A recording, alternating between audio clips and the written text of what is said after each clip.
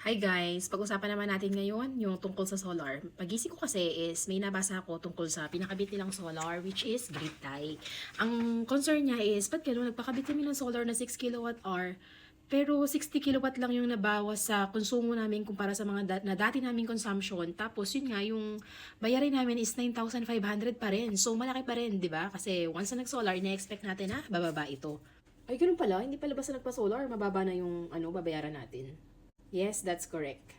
Kaya kung nagbabalak tayong magpakabit ng solar, dapat pag-aralin din natin siya kung paano siya nag-work, guys. Dito sa atin sa Pilipinas, mayroon dalawang uri ng solar setup. So, yung grid tie or yung on-grid system or yung hybrid system. Isa-isahin natin yan. Explain ko, baka sakaling makatulong sa inyo kung nagbabalak kayong mag-solar. Sa case nito, yung nakita ko nag-post is naka-grid tie sila or on-grid. Siyempre, yung dalawang nabanggit ko na uri ng solar setup ay mayroong pagkakaiba. Dito muna tayo sa pinakabit ni client, bakit kaya nagkaganon yung bill nila? Parang hindi naman nabawasan. Yung grid tie ay nakafocus talaga entirely sa pagpapababa ng ating mga monthly utility bills. Siya yung most common and cost-effective talaga para sa ating mga bahay. Pero dapat nating malaman how it works. So, syempre, di ba, may mga panels na ilalagay dyan. Kung maganda yung nakukuha nilang energy from the lights, so sa umaga, magagamit natin. Yun yung gagamitin natin na power. So, lahat ng or most ng mga makoconsume natin within the day is doon na nanggagaling sa solar panels. Halimbawa, yun nga, 6 kilowatt hour yung kayang i-produce nung pinakabit nilang solar, ang nakoconsume lang nila is 2. So, may difference na 4. Yung 4 na yon is magse-send back sa grid. So, pupunta siya sa grid, ibig sabihin, sa Meralco. Kumbaga, para tayong nagbebenta or nagpapatago kay Meralco. So, sa madaling salita, yung sobra na 4 kilowatt hour na hindi natin nagagamit, naiipon yun. Hindi naman tayo babayaran ni Meralco, nag-earn lang tayo ng bill credits. Sa madaling salita, kung mayroon tayong bill credits, magkakaroon tayo ng negative billing. Yun yung pinaka-deposit natin sa Meralco na power na pwede natin gamitin, let's say, sa gabi. Siyempre, kailangan pa rin natin gumamit ng mga appliances natin, no? Tapos wala nang napoproduce si panel na energy. So, doon tayo huhugot sa bill credits, doon sa 4 kilowatt hour na excess na na-produce within the day. Kung everyday, excess natin is 4 kilowatt hour, so naiipon yan, di ba, bongga?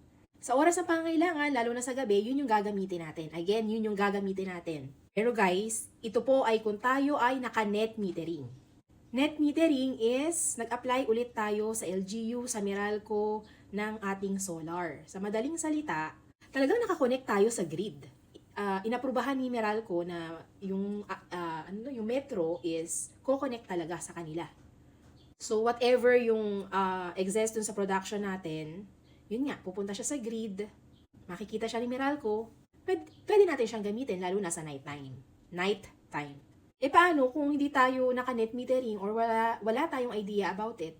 O yun guys, kung hindi tayo naka-net metering is, wala din. So natatapon lang or walang pinupuntahan yung excess natin na production ng energy or ng power.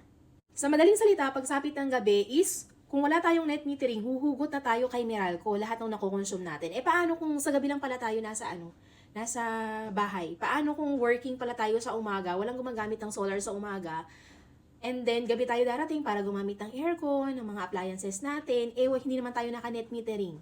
So, sayang yung on-grid na setup natin. 'Di ba? So, tulad nga ng sinabi ko, hindi tayo naka-net metering, wala tayong bill credits na pwedeng hugutin kay Meralco. So, ayun na nga, gagamit din tayo ng power from Meralco. Kailangan din nating magbayad sa kanila ng bill. Kaya possible na kaya siya may bill. Possible. Then, isa pang feature ni on-grid is hindi siya gumagamit ng battery. Medyo mahal kasi guys ang battery. Usually, mga 200,000 yung isang battery. Para saan naman ba yung battery? So, itong battery naman ginagamit nung isang uri ng solar which is the hybrid setup. Third, kung naka-on-grid tayo, pag brownout, brownout din tayo. Dahil wala nga tayong battery, ang feature pala ng on-grid pag brownout ay brownout ka rin. Naka-net metering ka man or hindi, brownout ka pa rin.